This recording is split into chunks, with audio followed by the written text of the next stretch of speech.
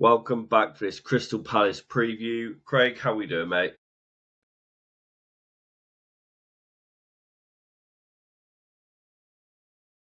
That's why you didn't eat curry. We are also joined by Jim Daly Comedy. How we doing, mate? Not too bad, thank you. I want to hear more about Greg's curry, actually. What was it? What flavour are we talking? That'll be why you're struggling. Yeah. Right. We'll be We're there. not here to talk about the curry as much as obviously Jim loves good curry. We're here to talk about the Palace preview, Palace v Leeds. So, Jim, let's hear your thoughts on it because obviously you are playing Thursday night, Saturday night, and then Tuesday in the Cup again against Arsenal. We are. It's I think it's our fourth or fifth week of double game weeks, and I think we've got another 3 or 4 to go in the new year. It is crazy. Obviously, it's everything we ever wished for as Palace fans. We asked for progress, and this is progress, and we've had an insane year. It's been the best year of our history, without a shadow of a doubt. But this is what happens when you win a cup. Our record on the weekend after playing midweek is very poor. We've played 7 games. We've won 1, we've drawn 2 and lost the rest. So if I was a betting man, I'd be going heavy on a Leeds win, especially given your recent form in recent games, particularly at Ellen Road. But this Palace team, the main quality of it, and the reason we're struggling is we've got a very thin squad, and we've now got a few injuries. Sounds like Kamada's out. It was a shame. He's been very good. Sarr's off to AFCON, having been injured. Daniel Munoz is out, probably the best right back in the league and probably our most important player. But this Palace team, under this current manager, Ollie Glasner, who also is our best ever manager, they never give up. There's a real, I've never seen a Palace team before whose heads don't dip. Like, even at 1-0 down, 2-0 down, even if they lose a couple of games on a bounce, this team does not drop off a cliff. They keep going. They believe in themselves. So even if we go a goal or 2 down at Ellen Road, I wouldn't be surprised if we battle back. Our issue is fatigue and injuries. But this Palace team can surprise you. But I would say going into it, all the factors suggest probably a home win. You touch upon the cup, though. Obviously, you've got a thin squad, and am I right in thinking your manager said you're playing 2 different 11s? So you'll be playing an 11 on Thursday and 11 against us. Are you going to be going strong in Europe, or will you?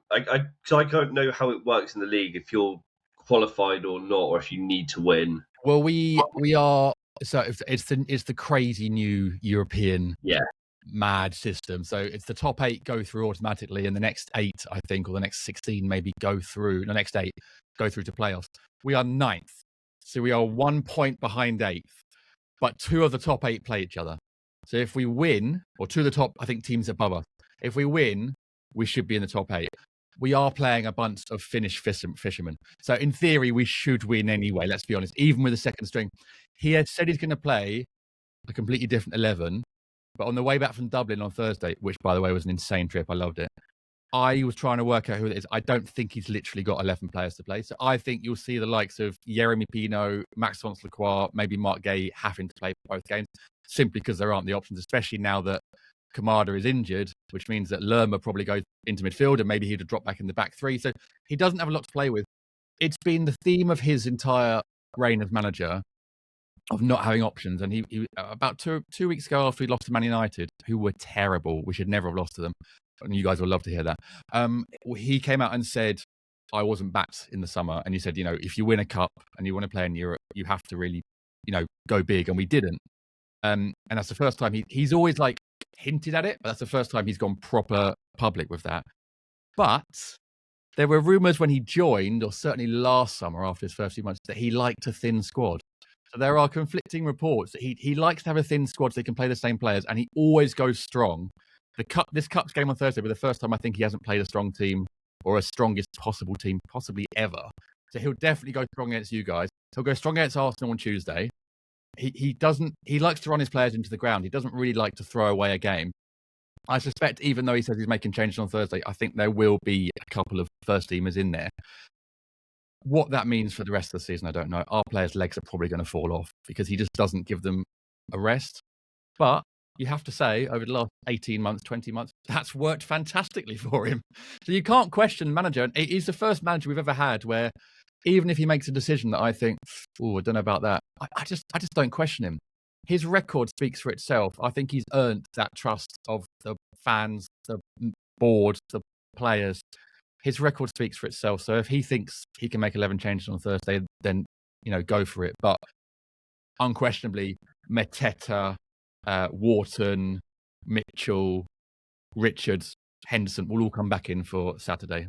And he asked for that game to be moved forward because it was a Sunday initially. Yeah. He asked for it to be moved forward. The fact we've got 2 days in between is mental. But again, this is what we're having to deal with right now. I mean, going to that 2 games in 2 games in 3 days. You would have had that anyway had you played on Sunday because of the Arsenal game on Tuesday. Exactly. So either way, you're having to play that. Why the Arsenal game wasn't on a Wednesday, who knows? But this whole you play Thursday, you play Sunday. It's always been that case. So for it to be on a Saturday, I'm thinking good. But Craig, what are your thoughts? Because obviously Palace at the moment, 5th in the league. Are you obviously history with Palace when we're winning at half time and capitulate massively? What are your thoughts on Palace this season, and who are you worried about from Palace that will cause us trouble? The way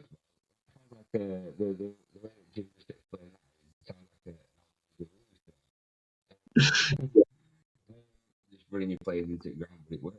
And I've said this a couple of times now that when the bad run of games that we just had with Manchester, Chelsea, Liverpool, and European and I'm looking at Palace at the end of that before Christmas and thinking, I think Palace is going to be the harder game of all these, because Palace are one of them teams that looked at as a top club, like the top 6, but they are very, very good at what they do. And that's where Leeds suffer, I think, against teams like that. Against bigger clubs, they raise the game. And I think with Palace, they'll and teams like that, I think, lower their standards, kind of think that it's going to be a walkover. But I think Palace won't. And I think that's a really good point. I think because of the way the top 4, top 5, top 6 gets covered by the press, teams like Palace, when they're in there, or your Sunderlands, or your Villas, I think slightly go under the radar a little bit. And so you're right, that run, and they think, oh, okay, maybe it's only Palace. This Palace team, and I can't speak for the other teams up there, but as I said, they're very resolute. And I think that probably surprises people, that they maybe think, oh, they'll go a couple of goals down and give it up, especially with Europe. But under this manager, he just won't let them do that. What I'm worried about is if we do go a couple of goals down, even though I think we have the mental strength to come back, I just don't think we have the physical strength. And I think we will struggle. You saw against City at the weekend. We were actually very, very good in that first half. We miss a lot of chances, and that is a theme of our season. We are not as clinical going forward. I think we've got the highest XG in the Premier League, or we did do at one point. We probably got the biggest margin of XG to actual goals. And with City, you give them Haaland did nothing all half, had one chance, bang, header, goal. He actually got, in the second half, he did nothing second half, scored a 93rd minute penalty. He got the highest rating on who scored. He literally touched the ball twice. It is mental. But that's what happens with City. Richards lost him for half a second. It was good ball in by Reinders. Bang. That's what they do. Whereas we had Sarr going into the back post. We had Mateta in the box. Pino. That's the difference. Even though we're 5th, and that's brilliant, and we've done so well to get there, given our injury issues in Europe. And last season, I think we got double the points we had last season. We had such a slow start, and we already recovered very well then. There's still the difference to the top teams is, if you're not clinical, they will punish you. Even if, City aren't the City of old at the moment, they've still got that quality. And that is the thing that I think is our biggest issue is fatigue in the last 15, 20 minutes of games, maybe even longer actually, and not being clinical in front of goal. If we could pop a couple in against you guys early, if we got the blocks, and I would be confident we could ride it out, because our back 3, our back 5, actually, back 6 are fantastic. Our problem is going behind, I think, especially if we miss a few chances. That's where you could catch us. And I just, historically, and I know the last time we played you was it the 5-1? Was that the last time at your place, or has there been, I can't remember. I think that was under Roy Hodgson. Sorry to bring it up. But my memory, I've been to Ellen Road a couple of times watching Palace, and it is back before our Premier League stint. And my memories of Ellen Road is, it's a hard place to go. it's a cauldron, especially when those Leeds fans get behind that team, which sounds like they are at the moment. It can turn against you very, very quickly. And Palace will have to be mentally so focused to get anything from this game. So I guess you can say from the last few minutes, I'm not massively confident, but this Palace team doesn't ever, even if I'm not confident, it never makes me worry. Like, I just think, okay, that they could get something. They try their hardest. They're very resolute. That's it. I never go into a game thinking, oh no, we're going to get hammered. But there are factors in this one that makes me think I'd take a point. I think same way. It's like it's one of them games where, like I say, I think it's going to be one of the toughest tests out of the games that we've played. But it's one of those where it could go either way. Like I think we've got the players and at the minute the momentum to beat Palace. But like you say, it could go either way. You'll get a couple of early goals. And again, you talk about the Ellen Road crowd. It can turn on itself as much as it can turn on, and be hostile for an opposing team. But yeah, it's a tough one to call this. Do you know, it's funny you say that, because I went to the City game yesterday? No, 2 days ago. I think this manager has built up so much credit with the fans that when City scored their second, and we weren't as good in the second half, I've seen Palace crowd be a bit like, oh, come on. To a man, they stood up and started applauding, even when City scored their third. And I've never seen that before. Like, they really are. Sorry, someone's messaging me on WhatsApp, probably my wife asking where I am. Go behind this team and this manager. But I think that's the credit they've built in the bank. And it's just nice to see. And you're right. I know that, like, fans can turn on teams and stuff, and it does happen. And I know it's happened at Ellen Road. But I think you've got a really good thing going at the moment. I think Albert Lewin seems to have found his shooting boots. Thank God you haven't got Patrick Bamford, because he would have been guaranteed a goal against us, given that he played for us, 7 games and was awful, and then found his shooting boots at you guys. I think he scored every time he came to Sellers. He scored against us. But you've got players that could really, really hurt not just us, any team. As you've seen, as you say, it's one of those ones. It might just depend on the factors of the morning, what side of bed they get out on, how they start the game. It could really go. It could be one of those games that's like first of match of the day or last of match of the day. It could be either. Yeah.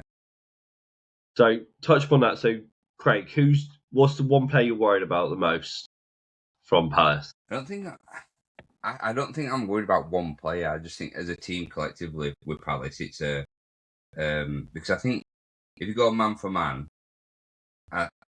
it's going to depend on the fitness and everything, the mentality on the day. But I think as a team, it's just depending on what Palace team turn up. If they turn up for it and we don't, that it's going to swing in their favour. But if we turn up for it and they don't, it's swinging in our favour.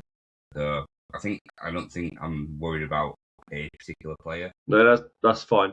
So Jim, obviously, is Sarr out for this game? Sarr 100% out for the Leeds game. There's rumours he might play on Thursday, but I think he'd have probably already gone to AFCON. But that's probably one player that I might have been worried about. Yeah, and he, especially away from home, like we do obviously try and play that counter-attacking football when we can away from home. And he's a funny one because when he's on it, he's almost unplayable. He's very, very quick and very, very can be very direct. But he often has games where he just can't find a shoot. It's literally like he's put the wrong boots on, or he's put his boots on his wrong feet. And Man City was one of them. He got in such good positions a couple of times, and he just fluffed his lines. And I've seen it happen. And yet, in other games, away at Brighton, almost exactly a year ago, he punished them 2 1-on-1s. But we don't have a like for him. So in his position, it will probably be Eddie Nketiah, who, to be fair, obviously played for you guys for a little bit. Yeah. Hopefully, he'll punish you then. Come back and haunt you.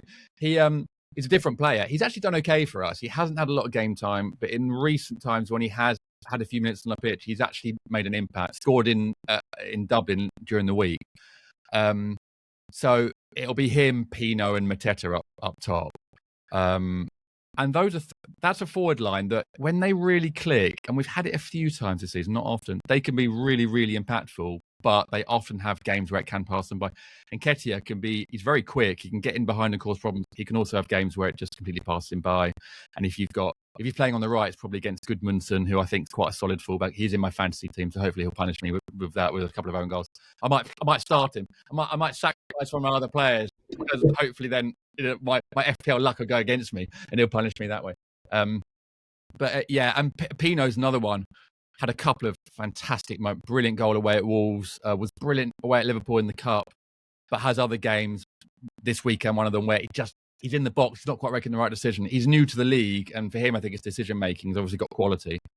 Mateta is actually going through a bit of a barren run. I think he's just knackered. He works very hard. Sorry if you can hear the rain. It is absolutely teeming down here. He holds off defenders while he brings people into play. But in terms of like finishing in the box and being clinical, he seems to have lost that edge a little bit. But again, he could have a game where he turns it on. That front three, really, it's sort of just, it was almost game to game. But I think it's a really interesting point you say, Craig, about the team unit. And I think that is our biggest strength. I definitely do. They are so well drilled. That 3-4-3 they know exactly what they're doing. Any player that comes off the bench or comes into the starting 11 clearly knows how to play that system as well. So Glasner has got them the most well drilled I've ever seen of any of our managers. And you're right. I think that they also work for each other so hard.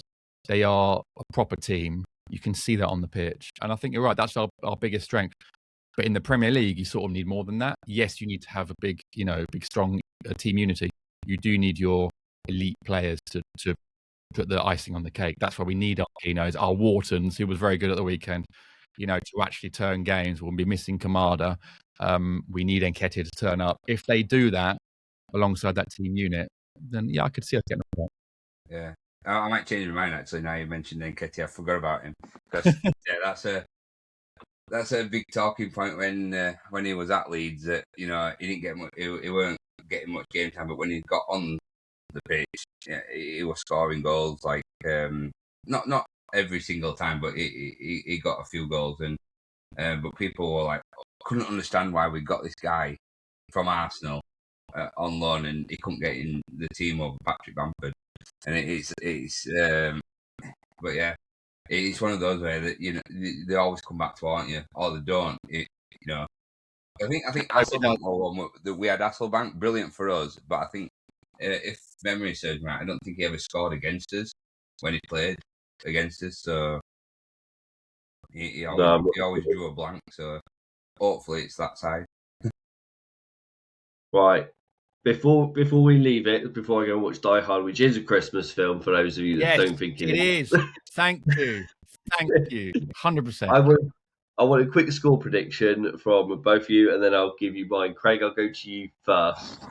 Right. Okay. I know you love those score predictions for us, mate. I'm gonna go for. I think it's gonna be a tight one, and I think I'll go for. A 2-1 to lead. Good choice, Jim. What about you, mate? I think it'll be a draw, and I think it will either be. I'm gonna say 2-2. I was gonna say 1-1, but I just got a feeling there's goals in it, and I just think the way you're playing at the moment, there's goals in you guys. So I'm gonna go for 2-2, which I'd massively take. I hope Palace sneak it. I mean, we've had a couple of good results recently. We went to. I mean, Burnley are terrible. We went to Burnley and we weren't very good. Eked out a result. Fulham was a good one because again we weren't brilliant, but we did that thing where we dug in, and we got a result at the end. So I think we'll get something, but I think on current form I take a point. So I'll go 2-2 and first on match of the day. For me, I'm going to stick what I've done on our last podcast.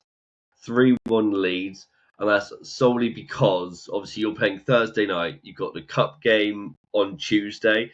I think if you didn't have that game on Thursday night, it would be different. But I'm looking at your bench now. Obviously, you got Will Hughes, who I do actually quite rate. I think he's very underrated. Yeah. You got Eze, Essa, like I said, Essa. Yeah, Essa, that's the one. You got good players, but obviously Munoz is injured, which will be a massive loss for you. He was in my fantasy football team.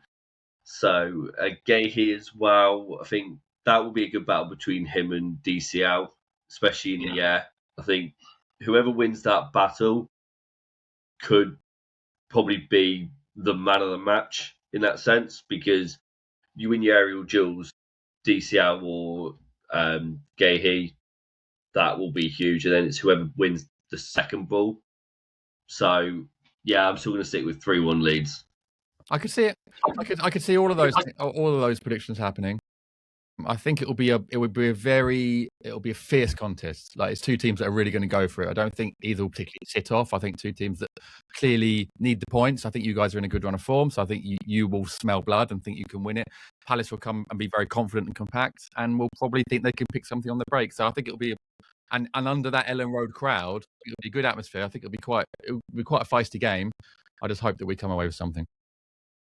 No, that's fair enough. And like, I would take a point. Obviously, it's Palace in Europe, fifth in the league. It's one of those games where you're not going to sniff at, but a point would be a good result. But it's always the case of how we play on the game. If we're playing really, really well and you sneak it in the last minute, then I'm going to be disappointed that it was a point. But in hindsight, it's a good point. And then I guess that'll be the same for you. Obviously, if you're playing really, really well, we sneak it at the end, you're not going to be disappointed. But like you just said, you take a point now. So it's... Well, none of us expected to be fifth. Well, not nearly. I mean, basically, if we get a point from this, we might be fifth at Christmas. None of us expected that. We don't have big expectations at Palace, and it's crazy to hear you guys and everyone outside the club talking about fifth place Palace and how well we're doing. It is lovely, and as a fan of 33 years, I'm soaking up every minute. I'm not sitting here, demanding and not taking it for granted. I really am trying to soak it all up, because it could be our only season. Could be our only season in Europe. I've gone to every game in Europe because it might be the only time it happens. So I think it's just one of them where we are grateful. We are not. I don't know many Palace fans who are ungrateful. We are very thankful for this manager, thankful for this running the team, thankful to be fifth, and we enjoy it. We're not, we're not sniffing at it at all, and we're not moaning. If we lose to you guys at the weekend, I don't think there'll be, unless we get hammered 5-0, which I can't see happening, there won't be many fans going, "Oh, they're out." I'm saying it's going to happen. You can clip that up. If that happens, clip it. We are very appreciative. The fact I've got to go to these cities to watch Palace. My brother lives in Dublin. So I've got to go to Dublin on Thursday and see him and his kids, and we are just loving every minute. And as I think you guys would as well. I think fans of any proper club in our position, having won a cup, Community Shield, being in Europe, would be enjoying every minute, because these don't come along very often. So I think, it's when the cup draw came out last week for the third round, and they were going, and Macclesfield have got the cup holders, FA Crystal Palace. We're like, oh my God, we are cup holders, yeah. It's just sad to hear, and so we're just enjoying every moment. They deserved it, though. I mean, you could say that, but they deserved the win last season for the FA Cup. So, and I think that's carried on a little bit into this season.